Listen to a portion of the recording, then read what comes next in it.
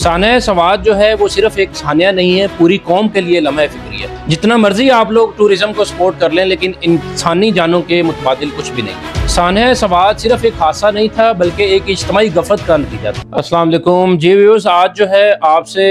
चंद बातें शेयर करनी है जो कि सानिया के हवाले से है। कल जो पेश आया सवात के अंदर, जैसा कि आपने देखा कि 18 जो पर्सनस थे जो एक ही फैमिली से बिलोंग करते हैं, जो लुकमा अजल बने और जो वहाँ पे सैलाब की नज़र हो गए। ये जो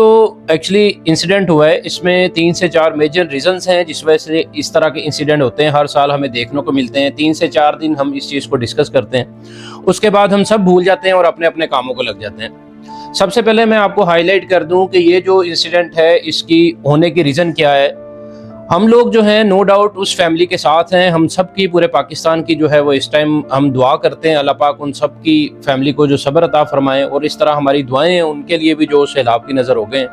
लेकिन एट द एंड हमें इस चीज़ को भी देखना पड़ेगा कि इस तरह के वाक़यात हो क्यों रहे हैं। सबसे पहले जब हम टूरिज्म की बात करते हैं तो टूरिज्म के अकॉर्डिंगली वहाँ पे जब भी हम जाते हैं किसी भी नॉर्दर्न एरियाज़ में या किसी भी ऐसी साइड पे जहाँ पे टूरिज्म है, स्पॉट है, बेशक वो सवात है, कलाम है, नारान कगान है, कोई भी इस तरह की साइट है, तो आप लोगों ने इस चीज़ को इंश्योर करना होता है कि हम वहाँ पे सेफ्टी मेजर्स को देखें, जिसमें सबसे पहले हमारे एंड की टूरिस्ट को चाहिए कि वो उस तरह की साइट्स के ऊपर ना जाएं जहाँ पे हम सेल्फी लेते हुए, जहाँ पे हम खाना खाते हुए या इस तरह की मजाक के अंदर कोई एक्टिविटी करें हाइट के ऊपर, जिस वजह से हम में से कुछ लोग अपनी जानें गंवा देते हैं। ये इस सीजन का पहला वाकया नहीं हुआ। इस सीजन में अभी तक का तकरीबन 10वां बड़ा वाकया हुआ है, जिसमें आप देख लें रिसेंटली हमारे पास जो 5 दोस्त थे उनकी गाड़ी खाई के अंदर गिरी। इसी तरह रिसेंट जो है 2 मियाँ बीवी थे, वो जो है उनकी गाड़ी खाई में गिरी। उसके बाद फिर 4 से 5 लोग थे जो सेल्फी बनाते हुए गिरे, और अभी कल 18 लोगों का जो ये वाकया हुआ है, ये बड़ा एक लम्हा फिक्री है जिसके ऊपर हमें गौर से सोच विचार करनी चाहिए।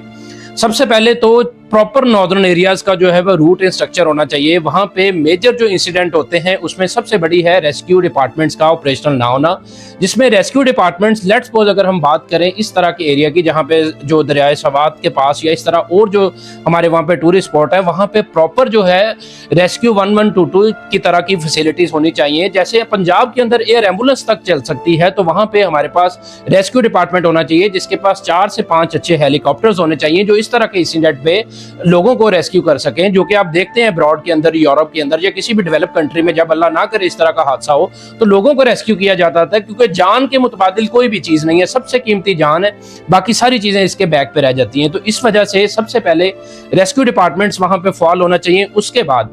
जब अब अगर हम बात करते हैं वहां पे टूरिस्ट के अकॉर्डिंगली, तो सेकंड वहां पे जिम्मेदारी आती है टेलीकम्युनिकेशन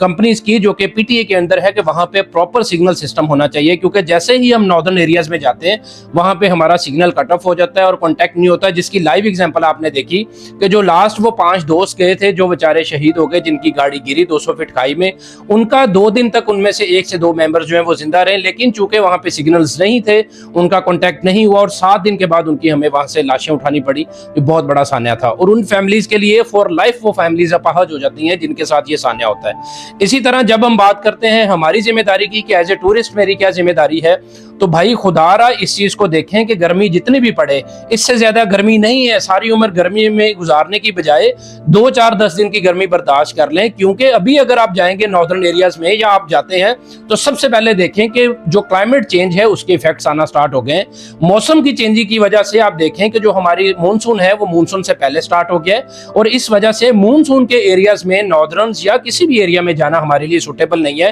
क्योंकि अगर हम नॉर्दर्न एरियाज में जाते हैं मानसून में, तो बारिशों का स्पेल और क्लाउड बर्स्ट होने की वजह से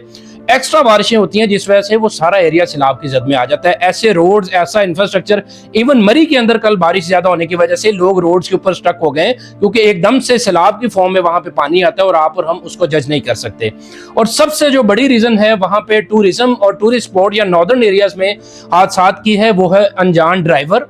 गाड़ी का अनफिट होना, और वहां पे एक्सेस जो नींद के साथ लोग गाड़ी चलाते हैं। ये 3 चीजें ऐसी हैं जहां पे लोग बैठे बैठे दोस्तों के साथ प्लान करते हैं और हम लोग कहते हैं चले नारायण का गान चले, ना हमारे पास गाड़ी फिट होती है, ना हमारे पास प्रॉपर ड्राइवर होता है, ना हमारे पास प्रॉपर इंस्ट्रक्शंस होती है, ना हमने वो एरिया देखा है, और प्लस कम्युनिकेशन हमारी जीरो हो जाती है। इन चीजों की वजह से हम वहां पे हादसात का शिकार होते हैं। तो खुदारा अपने बच्चों को, अपनी फैमिलीज को, अपने प्यारों को अपने पास रखें, उनको सारी उम्र देखते रहेंगे डिस्पाइट ऑफ कि हम उनको सर्च करें इस तरह की जगह पे। अल्लाह ना करे इस तरह का हादसा किसी भी फैमिली के साथ हो। आपने देखा है